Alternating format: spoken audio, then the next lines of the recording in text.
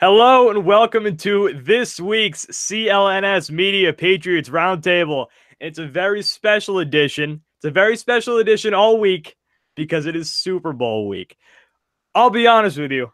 I didn't know that we were going to be here. I didn't know, not that this show wasn't going to happen. I didn't know that this team would still be here at this point. Openly admitted on last week's shows, I did not think this team was going to be here. I didn't think this team was going to be in the AFC Championship. But I'm one of the many people that the Patriots are using as fuel to get to this game. The Patriots are still here. Super Bowl in Atlanta against the Los Angeles Rams. We are here with Mike Molyneux and Marv Azan. Guys, let's jump into one of the main topics one of the main storylines that's been going on throughout this Super Bowl since we figured out really who was in the Super Bowl. It's basically the young versus the old. Tom Brady, Bill Belichick versus Sean McVay and Jared Goff. 17-year age difference between Tom Brady and Jared Goff. So the question is, how much do you think the experience factor in the Super Bowl specifically between these two pairings is going to play out and have a big factor in this game this Sunday, Super Bowl 53? Mike, we'll start with you.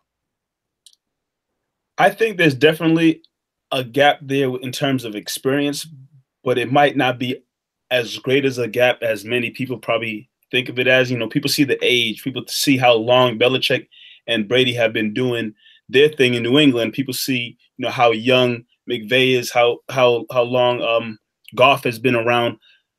But the Rams made it to the Super Bowl, and it wasn't an easy road. They had a good season, but I mean, the Rams are there. The Rams made it. They shouldn't be, but yeah, they're there. Yeah, you know what? They shouldn't be. But even the fact that they made it to the NFC Championship game, they made it this far. They had a solid season. I don't think anybody can discredit the season that the Rams had. They had a good season. And yeah, we can go back to the NFC Championship game and talk about that call that pretty much sealed the deal for them. But at the end of the day, they're in the Super Bowl. And, you know, while they don't have much experience, they don't have any experience being in the Super Bowl, playing in that big of a game. You know, I think they'll put out, you know, a solid effort. They'll make it an interesting game. I don't see it as a blowout because McVay and Goff and their game plan and schemes, they just won't know what they're doing. I don't think they'll go into the game just completely dumbfounded on how to try to win a football game. But at the same time, you can never really take any quarterback and coach combination and really say, you know, you're taking them over Belichick and Brady. So the experience is there's definitely a difference in terms of experience, but I don't think the gap is that major as many people think it is. All right, Marv, before we jump over to you, guys, let me tell you that about our new sponsors. The big game is here, guys. The New England Patriots and the LA Rams are ready to rock. Are you? Get your game on for Super Bowl Sunday with betonline.ag. Go to clnsmedia.com/win and use the promo code CLNS for 50% on a sign-up bonus. That's CLNS. BetOnline.ag, your online sports book experts.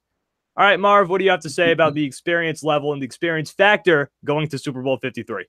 I think with experience in a Super Bowl game, the big thing that helps with the big thing that gives Brady and Belichick an advantage is the preparation.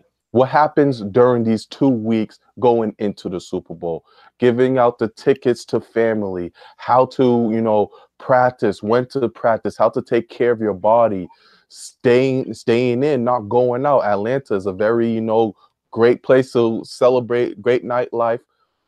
How to take care of yourself, and all these little things that Patriots have done over the years. Like, what is it? 3 out of the past 4 of the past 5 years they've been into the Super Bowl. Some of these guys are going to their 3rd, 4th Super Bowls as well, outside of Belichick and Brady. So, you know, the preparation as a team in itself will be a lot more better than the Rams, who's never been there before. But when it comes to the game itself, I don't think it's that big of as an advantage. We saw what happened last year when you faced Doug Peterson and Nick Foles. They were never in the Super Bowl before, and they were able to come down and score 40+ as well and beat you. So preparation-wise, yes, experience is huge, but during the game, it all matters who's the better team.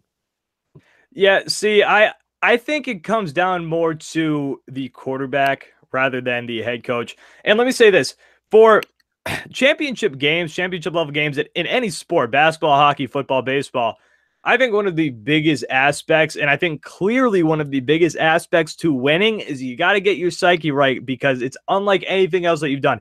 That is the biggest game. You have to be ready for that, and you cannot let the big bright lights get to you. We don't know how Jared Goff's going to be. Okay, I know he did win the NFC Championship game, like Mike said. Maybe they shouldn't have won the NFC Championship game thanks to the referees. Speaking of which, Coleman's really getting pretty big for his bridges, talking down Tom Brady after he's the one who should have been flagged for two separate things and got fined. So, Coleman, I don't know if you should be running your mouth about the Tom Brady and the Patriots right now. Especially, side note, this is a team who has been running on people who have doubted them. What are you doing, Coleman? That's a storyline for a different week that we're going to talk to. But the psyche going into a championship game has to be right. I bet you Sean McVay is fine. Sean McVay, I think, is going to be a great coach in this league. He's already proven it. He took Jared Goff, who in his first year wasn't great, and these last 2 years has been very good. I attribute that a lot, probably mostly, to Sean McVay. So I think he'll be fine. I think the game plan, that side will be okay. But it all boils down to how you play on the field, right?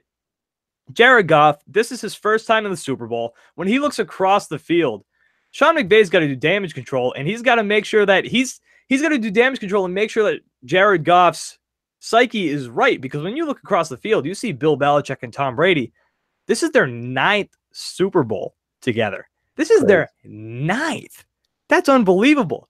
They're trying to win their 6th Super Bowl. This isn't fair. I've been saying it for the past 2 weeks.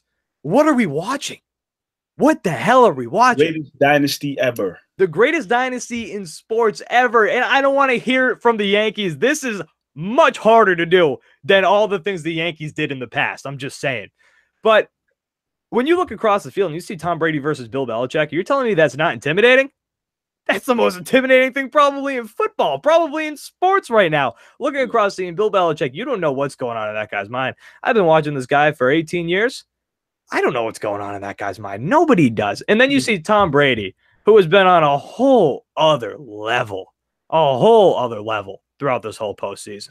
So who do you guys think, obviously the grown men, they made it to this position, but out of McVay and Goff, who do you think is more intimidated? Is it the McVay versus Belichick or the Goff versus Brady? Who do you think is more intimidated in their matchup?